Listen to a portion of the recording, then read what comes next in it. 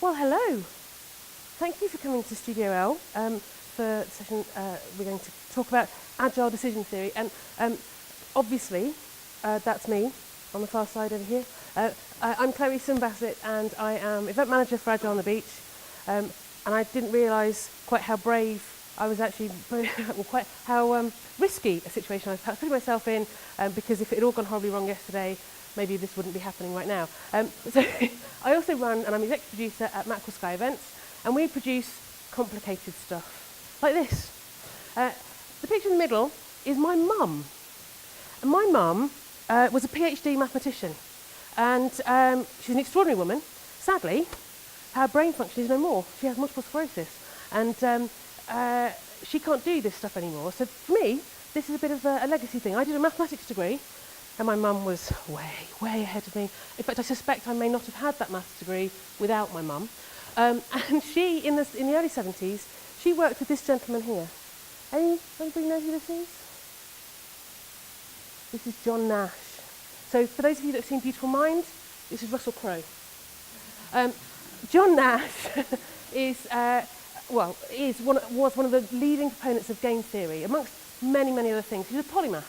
And I think polymathematics is a brilliant idea. The fact that we can be good in lots of disciplines, awesome. Why not? Let's be more awesome. And he was one of those awesome people.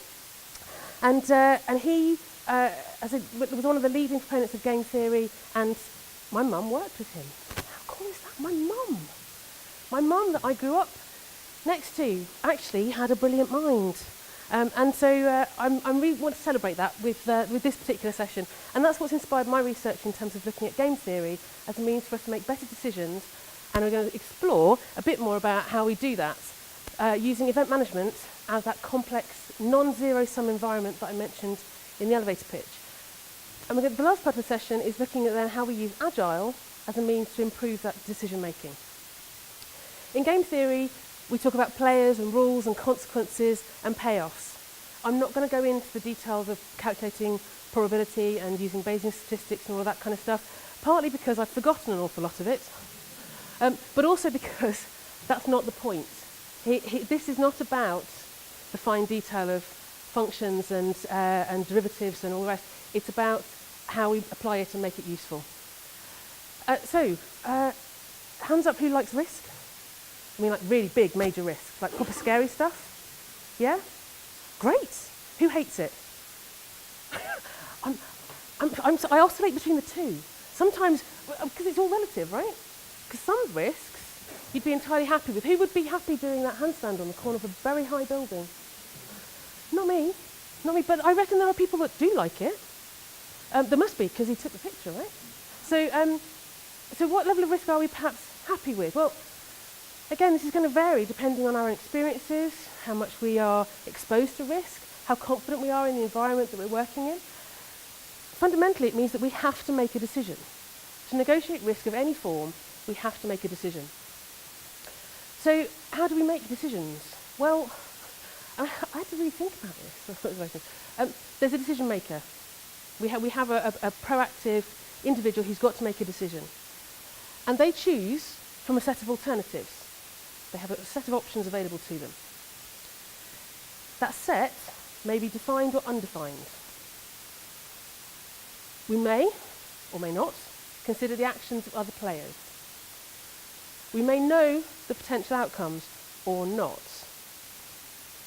We may know the likelihood of each outcome, or perhaps we haven't got the foggiest. The decision may be right and or rational, and this is a really important thing because I'm sure we've all made decisions that were right, but not entirely rational. Usually, often in affairs of the heart, or those gut instinct decisions that we've made that actually we can't provide a rationale for, but actually make absolute sense and worked out beautifully. They're the right decisions, not necessarily rational. That's not to undermine the rational. That's a really important part of how we make a decision, is considering all of those different options. But not all of us will make decisions that are always right and always rational. So our decisions are therefore dependent on risk and ignorance, or maybe knowledge, maybe something the other way. So we are making decisions on the basis of how much risk is involved and how much we know. So what might influence our business decisions. I'm steering away from the personal decisions, but within a professional business environment, what could influence it? Anyone? Cost, yes, of course. Anything else? Experience, perfect. Anything else? Time, yeah, of course. Resources, absolutely. Emotions, no? Political, yeah. There are loads and loads of things that influence our decisions. So actually the rational stuff is really hard to quantify. Let me take you through an example. For those of you who are local, AOTB or no? It's a decision that you all made at some point over the last 9 months was to attend Agile or not. And this is a fairly simple example of a decision tree. And this is really what's happening. If we break down the decisions we make, we are working through a decision tree. A number of choices that are mutually dependent. So we attend Agile, yes, brilliant. We can choose then to engage or not engage. If we engage, those are our potential outcomes. If we don't engage, we might have a lovely time. Might have had a lovely time last night on the beach. But generally it's going to be minimum impact. Or we decided not to come, and obviously I'm speaking to the converted here, but if we didn't come, then the opportunity was to do other stuff. Get on with the next thing. Because every decision has a cost, and generally that's going to be an opportunity cost or an activity cost. This also works backwards. I only came across this recently. I'm also studying for a health and safety qualification at the moment. I know, it's very exciting. And we can work backwards, so from an outcome, working backwards to identify what the decisions were that led to that point.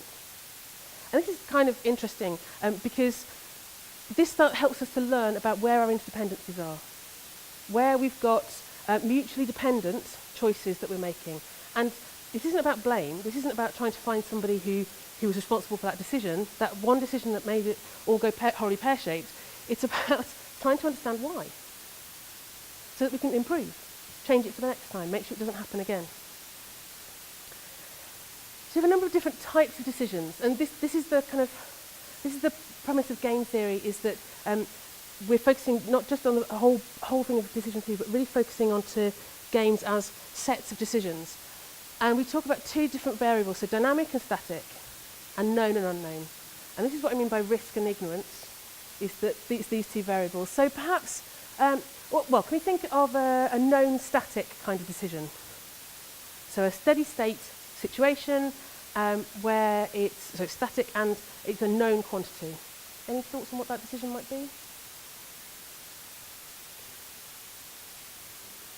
Where you are, where you choose to go, yes? Or what clothes you choose to wear in the morning? Yeah, not big decisions. I'm not talking about massive decisions here, these are day-to-day things. And dynamic unknown, maybe you're going through the procurement of a new supplier. Or maybe you're the supplier that's bidding for something, but you're making a choice somewhere where you've got unknown quantities, where it's constantly moving and changing. That kind of thing. And what this helps us to do is by creating that typology, we can start to understand how we can improve our decision making in each. McKinsey brought out this report just last month where they started looking at another form of typology for decisions, and using the unfamiliar and infrequent, so the known and unknown, and expanding that to consider scope and impact. And again, from a business point of view, this is kind of interesting, because actually how many decisions each day are we making that we could be delegating, or perhaps we need to have more time to make? So are there decisions that actually we need more people involved in, or perhaps they're decisions that are really high risk and therefore we need to make sure we've got that time and space to properly consider them, so we can reduce that risk and reduce the ignorance, so we're making a right and rational choice. Anyone come across the prisoner's dilemma before? Okay. So prisoner's dilemma is the kind of bedrock of game theory, talking about the prisoner's dilemma. And what we're trying to do within game theory is assess the probability of each outcome, and thereby select according to the likelihood of the outcome that we want to achieve. The prisoner's dilemma is a known and static problem, known and static issue, but it's a non-zero sum. So zero-sum games are ones where, in order for person A to win, the person B has that deducted from there. So it's one total sum. Say 100%, with two parties, it's 50-50 or 60-40. There's no, you can't have 40-40. Okay? A non-zero sum means that by making that decision, you're not deducting from the other party in any way. It's a really open field of choice. This is known static non-zero sum. 2 prisoners. They've been arrested for a crime. It doesn't matter what the crime is. It could be really serious. It's academic. Each prisoner has a choice. They're held in separate cells. They could confess, or they could stay stum. Now, if prisoner 1 confesses and prisoner 2 confesses, they both get a reduced sentence. If prisoner 1 keeps his mouth shut and prisoner 2 confesses, prisoner 1 is off scot-free and prisoner 2 is down for a long time. Or the opposite way round, prisoner 2 keeps quiet and prisoner 1 goes down for the full duration, or both of them stay quiet and they both go free. The risk. They can't confer. They shall not pass go, they shall not collect £200. They're going straight to jail. However, so in this process, they've got to make a choice around whether they confess or don't. And in that process, they've got to evaluate the likelihood that their oppo in the next cell is going to make the same choice or different choice to them. Now, depending on how well they might know each other, they might have a greater inkling of which one they're going to go for. But what we're doing here is simply evaluating what the likelihood of the outcome might be. Which would you go for? Which option? Assuming you don't know that other person, but you've been arrested for that time, what choice would you make? Which is the best? Saying nothing. Exactly. Exactly. So the choice for if either prisoner 1 or prisoner 2, it doesn't really matter.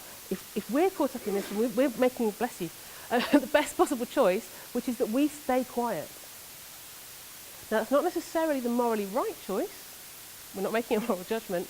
But as far as decision theory is concerned, our decision is made for us. That this is definitely, staying quiet is by far the best option.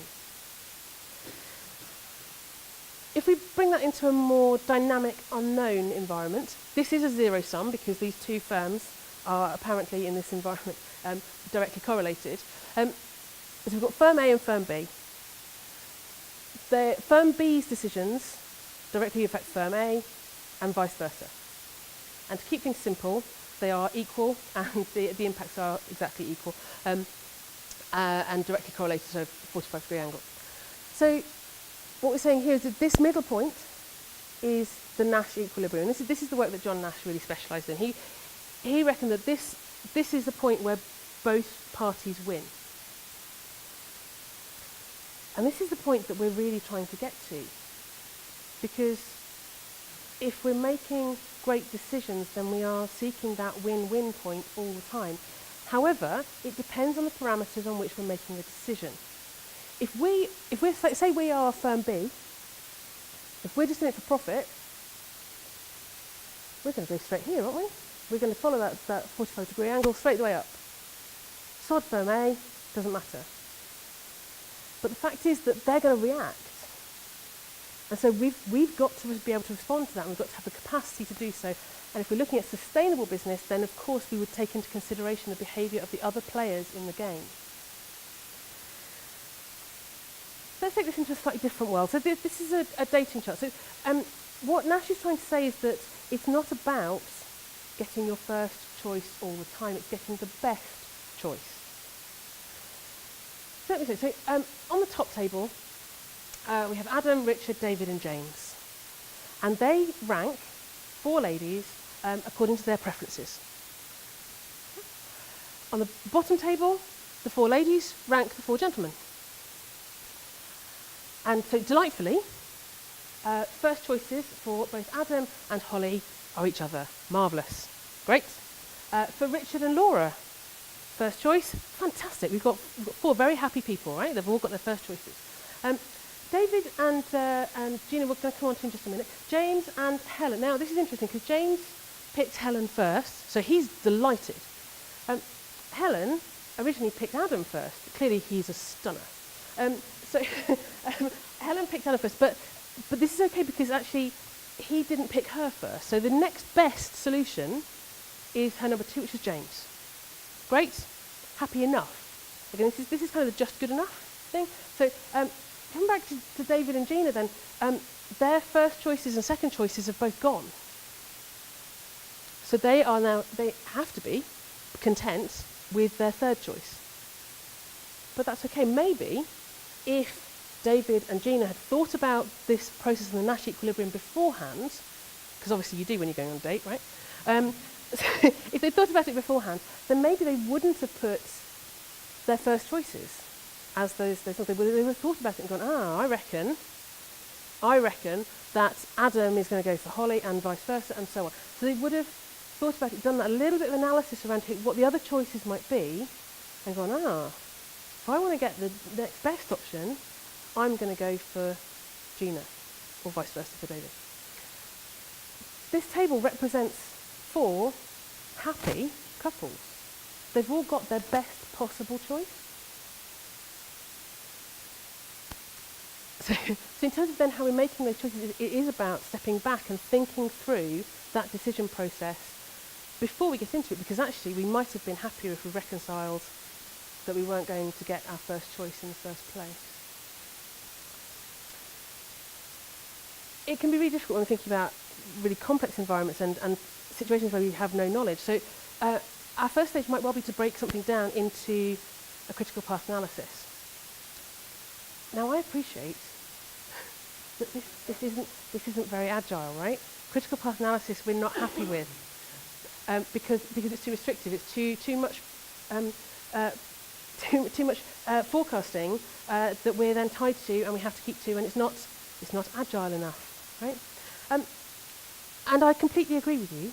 Don't get me wrong. But if we break this down and treat it like a game where we've got a series of decisions, so each of those boxes is a decision. And maybe in each of those games, we are making 7 decisions. They may well be mutually dependent. They may each take a time allocation. But we can think of it as that process. The challenge here is that this is linear. And humans, by our very nature, let alone businesses, are not linear. And event management certainly is not a linear process. So obviously, beach party. It's multi-dimensional with, for this particular event, we're looking probably at about 700 to 800 stakeholders. Not just you guys here, but the broader community and the broader people involved. That's an awful lot of people involved in a decision. So, of course, we've got to break it down a bit. Event management can break down into 6 segments. Strategy, content, people, marketing, operations, and finance. Strategy, kind of obvious, yes? Direction we're travelling in, aims and objectives, that stuff. Ethos, ethics, our code of conduct, all those things that are big and important. Content, so our programming, our activity, all the stuff that makes up the content of the conference. People, loads of them, and they're really difficult. Marketing, of course, the promotions and so on of the conference, but more than that, the relationships that we build, that's why it's next to people, because the two blend together. Operations, the practicality, if you think back to that, the operations alone for working on Gillingvays Beach are somewhat challenging. There is no power, there is no water supply, there is nothing normally where the beach party happens but beach, which is brilliant, but logistically, from an operational point of view, you have to bring all this in. And of course, money. Well, we need the resources to play with. Then there's also 6 layers on top of those 6 segments. So evaluation, retrospective, of course, external environments, accessibility, creativity, sustainability, and digital. And all of those layers work across all 6 segments. Now, for those of you that have an ability for mental arithmetic, you work out that's 42 segments of activity, potentially. And that's not even getting into the to-do lists, which are just extraordinary. So we have to be thinking in event management in terms of 42 parallel strands of activities and decisions that are mutually dependent. It looks a bit like this. We're talking about the opposite of any kind of linear process. This is entirely non-linear, but with mutual dependencies that we don't necessarily know about. So, for example, we might make a decision around Agile on the Beach that is, the Paddington challenges that we had on Wednesday evening, meaning that Miriam, bless her, was stuck at Paddington and couldn't get here until lunchtime yesterday. So we had to move things around. But moving Miriam's session from yesterday lunchtime to today, whilst it's not a big thing, it has consequences. So it meant that Miriam's elevator pitch had to be in the morning. And you see the tiny, tiny bits of detail that one decision, one action has on the rest of the plan. So within event management, we're looking at multiple variables, multiple stakeholders, working in n dimensions. And this is where critical path analysis falls apart, because it can't cope with that n dimensions. It can't cope with the going beyond the linear. So this is where we have to use Agile. And we use it very happily. We're delighted to. And it fits really nicely, which I'll explain now.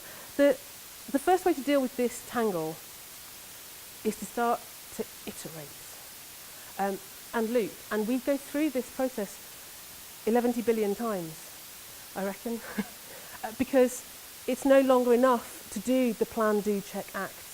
It's just not enough. We have to be doing that again and again and again, multiple times. And so we don't have the time resource to sit down and go, right, we're going through this process. That has to become intuitive. And I've put 3 there, but seriously, that's not even touching the surface. It goes on and on and on. And that's for every strand, every one of those 42 areas of activity. So to explain that a little bit further, within events, we are talking about the game theory, so it's zero-sum versus non-zero sum. This is always non-zero sum. It is very rare that one decision will take away exactly the same from the other. It's always non-zero sum. Majority is unknown, although there are some bits that we could be really confident of. But this is where the probability stuff comes into play. We are perhaps 90% confident in a particular choice or decision or supplier, rarely 100%. I'd love to have everyone 100%, but variables are too big. Static versus dynamic, again, rarely static. But what we'd like to do, what we're trying to do, is build up more of that static stuff so that we know where we stand. And finding that equilibrium point. Ordinarily, in the conventional world of event management, we do this with shed loads of documentation. Event management plans that are 72 pages long was the last time I wrote. And that's traffic management plans and crowd management plans and crowd flow calculations and all of that stuff, project plans and all that fine detail, simply trying to control that tangled web and try and put it in order. The reality is that it doesn't really help. This particular event was for a quite high-profile client down here on the cliff. On top of the cliff, it was a birthday party. We had 4 tents with about 100 guests. Rick Stein was doing the catering. You know, it was kind of high-profile. And it was great, but it was down a single-track road. And we had to bring everything in. So generators, water supply, whole kitchens, tents, dressing, tables, chairs, all that stuff. And the guests, and manage the security, etc., etc. And we could project plan the life out of it, but it didn't really help when we're trying to make a decision on the ground. So we really have to think agile. And it is a really natural fit, because actually when you're running events, we're making decisions on the ground all the time. And we don't have time to step back and write decision trees. We don't have time to, and sometimes maybe we can't, because we've made that instinctive decision that's made us go, yes, that's the right thing. So in a slight adaptation of the Agile Manifesto, of course individuals and interactions with processes and tools, absolutely. Our business is entirely about people. And somebody in a very cheesy sense said, Well, we're in the smile business. Really? Really? Okay, fine. And there are some of our events, like this one, which is City of Lights in Truro, which is beautiful and extraordinary, and 30,000 people in a city that was never designed for that purpose. And we make 30,000 people smile with that event. It is the biggest headache we ever have, but we're really proud of that. That's amazing, and we get to do. It takes blood, sweat, and tears to do that. So, but we always keep those people in mind, those smiles, that happiness, that impact that we're trying to achieve. We keep that in mind all the time. So it's always about the people.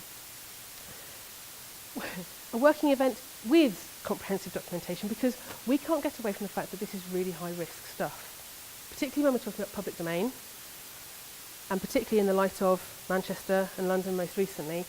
We're talking about serious risk, massive, humongous, giant risk. I don't like it very much.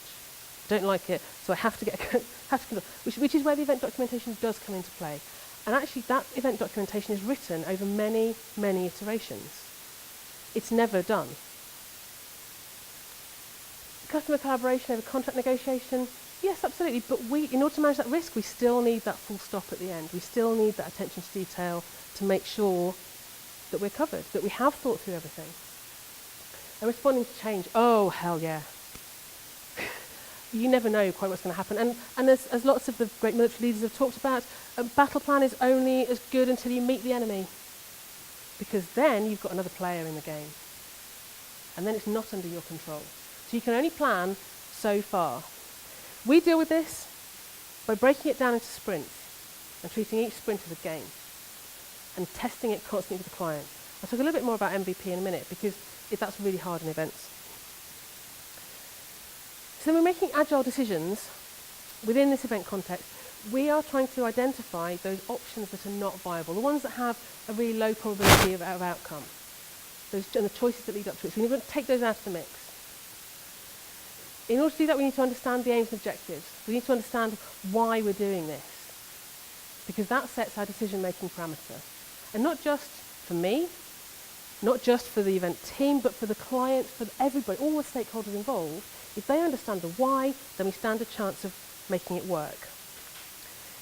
Very much about intuitive responses that are developed through experience-informed decision-making and gut reaction that you hone. We practice it.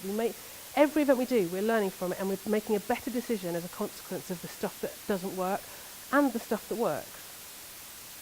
And by breaking those big decisions down into smaller chunks, by making sure that actually they are manageable, we can make a decision that is known and static in that bit and build it up.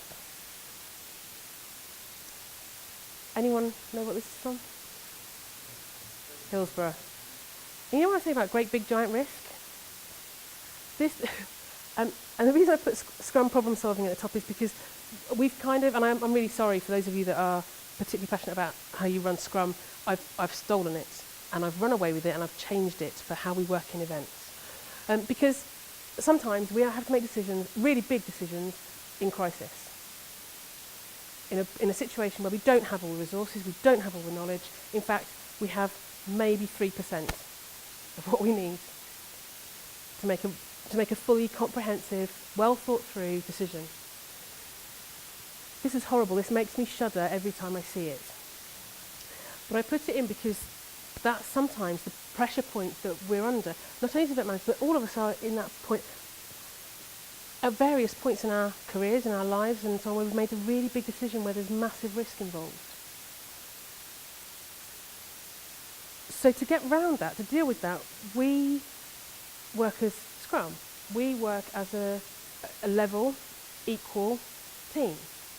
We get all our heads together and we find a solution collaboratively. Now, some of you may have been here 2 years ago when we had the breakfast debacle. Does anybody remember the breakfast debacle? Yeah. So this was 9 p.m. on the Wednesday, where I was told that the accommodation was not bed and breakfast, just bed. And we had over 300 people expecting breakfast. The following morning at 7 a.m. So at that precise moment in time, got the team together. And I always use this example because it's the best one I've got of how we work together as a team and how we, whilst it's not a big risk jeopardising safety thing, seriously, the expectations were huge. We really wanted to make it work, and we were kind of going, Toby and Mike aren't going to be happy. And I had visions of me and the barbecue outside on the lawn, and lots of bacon from Asda. And the solution we found was it wasn't me. Of course it wasn't going to be me. Wouldn't dream of it. It was actually one of the team. Well, I can't even say who in the team it was, because it was something that we bashed around together. And we came up with the idea of going, maybe street food traders. Oh, who do we know that can cook a lot of breakfast really quickly? Angus and Mitchell, got it. And we phoned them up, and by now it's 9:30, 9:45. We go, Gus, any chance you could do breakfast for 300 people tomorrow morning? And bless him, he didn't run away screaming. He said, give me 10 minutes. And he checked stock and star. And he phoned us back. And he went, it's fine, but it won't be our homemade relish. At which point I went, it's fine, it's all fine, come on in. And bless them, they were on site at 4 a.m. and they did an amazing job. And I'm delighted. But that's the example for us around that crisis point where you don't have any other option. We have to work together. And that collaborative process that has been developed through that agile way of working that we've, like I say, stolen and run with for our emergency decision making. There are also, of course, loads and loads of decisions that we make in the process, which is why I talk about breaking those down into chunks, breaking them down into sprints, into games. So they are segments that add together to make more than the sum of their parts. So it is collective decision making, but it is also about cultivating the mindset within the team that can cope with this. Because it's not a standardised process. It takes a bit of nous, it takes a bit of creativity, and it takes a bit of preparedness to be open enough to collaborate in our decision making. So we project plan, but we do it in game units. We don't do it over the whole project. We do it in those chunks. So we go, okay, this week we're getting this done to move this project forward. And it's great because when we look back over the week, we can go, oh, look, all of these things have moved forward and sometimes massively leapt forward. Within the emergency planning environment, so thinking back to the Hillsborough disaster, but those major crisis points, we test them in advance. We play games. We run through what ifs, which actually sometimes is a really scary process to go through. So what if we have a fire here, and we can't get an ambulance through there, and we can't fit a fire engine through there, and let's say we've got a lost child in the middle of it. Right, okay, and we go back to our decision-making protocol. We go back to the why we're doing this. Mustn't forget the why, because then we're making a decision that's consistent with our strategy, with our ethos, and the whole reason we're doing this. Which means that we have to find that equilibrium point in each one of those games, in each one of those chunks of decisions. That one that is the best possible outcome for everybody. It's really hard sometimes, and we don't always get it right, but we're really trying to. And that's the basis of our decision making. I mentioned about MVP, and running an event as a minimum viable product is really risky, because you can't really rehearse them. You can rehearse shows, yep, great, but rehearsing whole events, really hard with the whole audience. So it's not great as a whole project, but it's brilliant if you want to test incremental innovation. So for example, the t-shirts that we had on sale over the last couple of days, we're trialling it, see what you think. We'll take it back into the retrospective and think again if we need to, and see what happens. And that might open up an opportunity. It might open up a new innovation for us. It might not. It might be another thing that adds to the whole experience, and that's great. So all of this is about, in the event environment, going beyond Kaizen, going beyond the plan, do, check, act, so that we are developing that experience-informed decision-making. And this isn't rocket science, of course it's not. We're doing this all the time. As human beings, we are constantly making experience-based decisions. Because we have tuned our gut reaction. I don't think that for lots of different events, I have a fairly capable gut reaction that I know what I can do and how I can play with it and how I can use the resources I have available at my disposal to go solve it. And not just solve it, but solve it elegantly, in a way that's win-win for everybody. But it's not just about me.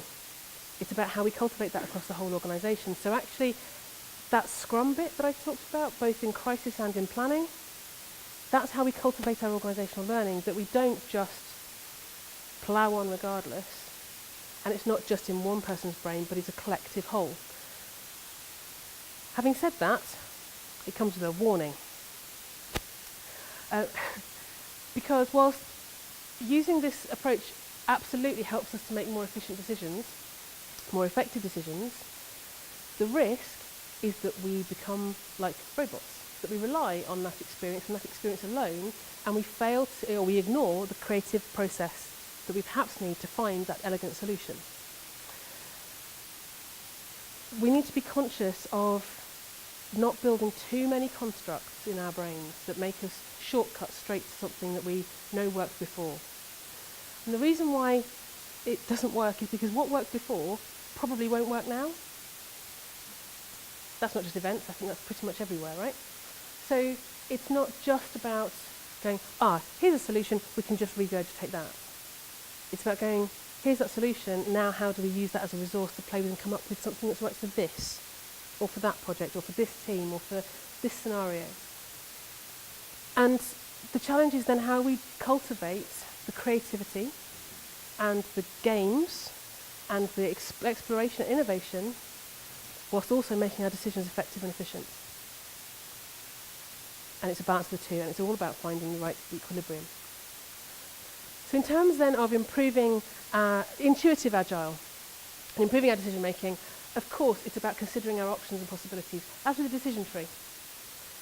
It's about fine-tuning that intuition, understanding the why, accepting and learning from everything, even the stuff that doesn't seem very relevant, because you never know. And certainly within Mackerel Sky, we have a portfolio that is hugely varied. Our next event is running the Red Arrows display at Foy, and that's interesting because there's some interesting impacts from Shoreham. And the one after that is doing the world record for the largest gathering of pirates on Penzance Prom. So we have to build a decision-making protocol and practice within the organisation that can cope with that variety, and not just the variety, but the risks involved and the lack of knowledge. So we have to keep breaking down the complex into those games, into those sprints, and we have to keep practicing our game playing, the scenario testing, constantly being difficult within our team and going, so what if that happens? Or scaring ourselves slightly and saying, well, if this and then this and then this and then that happens, what do we do? And part of it is a legal requirement, certainly from a safety point of view and safety management. We have to keep developing those plans so we are making sure our events run as safely as possible. But most importantly, it's making those decisions quickly. In a crisis situation, we don't have time to play with. We have to make those decisions immediately, and therefore we need to practice those protocols. That is not the time for ideas. There are, for those of you that ever watch Space, there's a time for dips, Daisy. And it's not the time for ideas when you're in a crisis situation. So from that crisis, let's think about which decision-making tools we're going to use and when and how, and practice it, and constantly seeking that equilibrium. And as I mentioned in the previous slide, that constructivist thinking, those shortcuts that we build in our brains, are only as good as they were when they were first applied. If they don't keep evolving, they're not as useful as we need them to be. And standardisation, yes, great, can help us to a point, but it also has limits. So we need to make sure we're not solidifying that mindset that says, oh, we only do this, we can only do that, and rather think about, well, that's possible.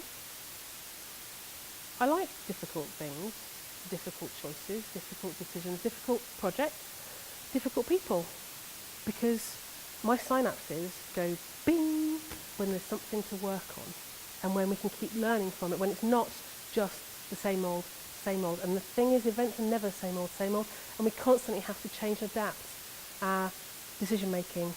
So we use the Agile tools to help us do that, to create those protocols that enable us to do it. And that means that we can manage the risk. We can take advantage of those opportunities because we've already practiced what we're going to do with the crisis stuff. So all of a sudden we're open to be able to do stuff. Other stuff that's going to take us further, enable us to achieve more. We can build our effective teams that means that decision making isn't dependent on one person, and achieve those big old aims and objectives that we talked about right at the beginning. Thank you very much.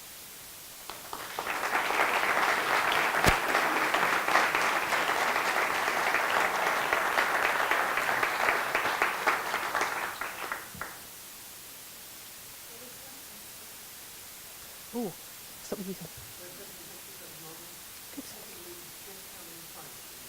Oh, we need 14,722 to beat Hastings. And it's a really important thing, and it's felt very, very strongly in Penzance. That's the world record, yeah, currently held by Hastings. Obviously, we're going for at least 15,000 because we want to smash it. And we've got a site capacity of 20,000. I only know that because I ran a whole crowd flow model. Yeah, yeah. No, thankfully, no. Hopefully I'll never have to go through that situation again. That was very stressful. You have a question?